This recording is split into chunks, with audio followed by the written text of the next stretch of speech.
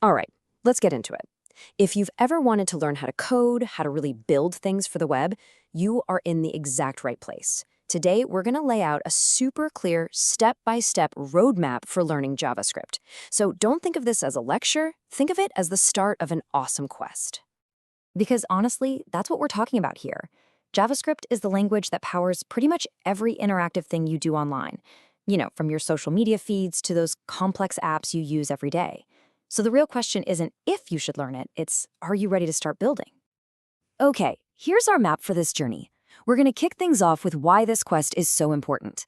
Then we'll get you geared up with the essentials, forge those core skills, and send you out on your first real projects. After that, we'll level you up with some advanced concepts and finally arm you with a complete developer's toolkit. So every great journey has to start with a why, right? And for JavaScript, the why is huge. It is the engine of the entire modern internet. It literally runs in every single browser, on every phone, on every computer, making it the one language that every single web developer has to know. Now, before any adventurer just runs out the door, you've got to get the right gear. And for our JavaScript quest, that means understanding the landscape and having the right tools ready to go. So here's the deal. JavaScript doesn't just exist on its own. It needs a world to interact with. And that world is made of two things. First, HTML, which is like the skeleton of a web page, its basic structure.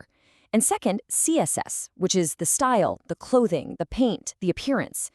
JavaScript is the magic that makes that skeleton dance. And you know what's so cool about this? How easy it is to start. I mean, really, you can literally start writing JavaScript right now in your browser's developer console. No complicated installs, nothing. Later on, sure, you'll want a pro setup with a code editor like VS Code, but to get started, there are absolutely zero barriers. All right, our gear is packed, so it's time for the training montage. This is where we're going to forge the fundamental skills, the building blocks for absolutely everything you're going to create from here on out. First up, the absolute basics. Think of variables as little boxes for storing information. Then you have control flow. That's how your code makes decisions. If the user's password is correct, then log them in. And functions. Oh, functions are awesome. They're like little recipes for code that you can reuse over and over again. Now this concept, this is a game changer.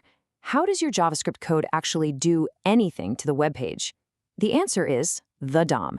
You can think of it as a live, interactive map of your web page that JavaScript can read and, more importantly, change. It's the bridge between your code and what the user actually sees. And this quote just nails it. Without the DOM, your web page is just a static, kind of boring document. But with JavaScript's power to change the DOM, you can make things pop up, you can update scores in a game, you can create all those interactive experiences we love. So, if the DOM is the bridge, then events are the signals that cross that bridge. An event is just an action. A user clicks a button, presses a key, submits a form. Your job as a developer is to write code that listens for those events and then reacts, running a function when that send button finally gets clicked. Okay, enough training. This is the most exciting part of the whole journey. It's time to take all those new skills and actually build something real. It's time for your first quests. And these are perfect starting points. A digital clock forces you to update the DOM every single second. A calculator is all about listening for user clicks and getting the logic right. And a weather app, that's a huge step. That's where you learn to fetch real data from the internet using something called an API. Each project turns a concept into a real working thing. With a few victories under your belts, it's time to level up. These advanced ideas are what really separate a beginner from a professional. They let you build much bigger, much more powerful applications. Okay, so check this out. This timeline shows a huge challenge. What happens when your app needs to get data from a server, and it takes a couple of seconds? Well, with asynchronous JavaScript, your website doesn't just freeze. The request goes out, the user can still click around, and then when the data arrives, your code updates the page.